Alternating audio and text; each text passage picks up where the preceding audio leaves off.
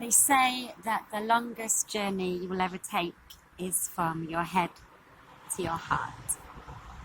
I think it was some kind of Native American Indian saying.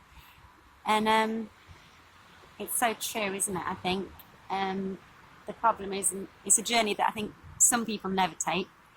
Some people, I think, are always up here. I think it's probably one of the main things wrong with the world, really, is that there's been too much thinking. There's too much thinking and not enough feeling. I think that's true collectively and individually for most people. I think it's hard, isn't it, to switch your brain off. Your brain's always telling you stories, and usually it's hard to get out of that. I think that's why a lot of people find it hard to meditate. I find it very hard to meditate, and people will say I just can't switch my brain off. I totally have the same thing most of the time. That's why I prefer to go for a walk. And then maybe after a walk I'll sit under a tree, or I'll sit and I'll try and meditate or something like that, because I find that it's a bit easier that way. I think you get a nice relaxing kind of energy from nature, and that helps you to then meditate a little bit or just breathe even. I think if you can't meditate, just breathe because breathing is a key part of it, and that will calm you down anyway, and it's good for you, deep breathing. It's good for your body and your mind, I think. And any activity that helps you to clear your mind is usually very, very good to do.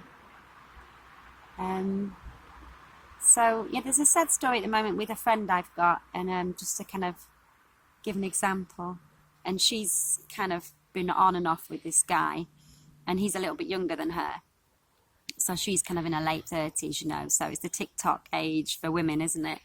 Another downside of being a woman. And he's a bit younger, and they're really in love, they get on so well.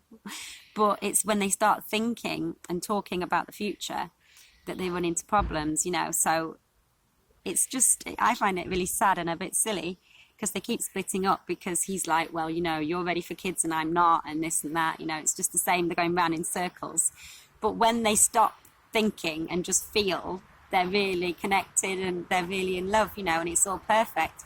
It's only when they start talking and thinking that they come into issues. And I just think that's a bit sad, because,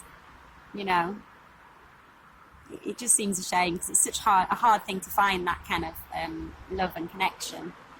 And then to just throw it away, just because of too much thinking, basically. And no one knows what the future holds. There's no guarantees with the future. We don't even know if we've got a future. We're not alive in the future. We're only alive in the present. We're not alive in the past. We're not alive in the future. We could all get blown up tomorrow for all we know. It's always a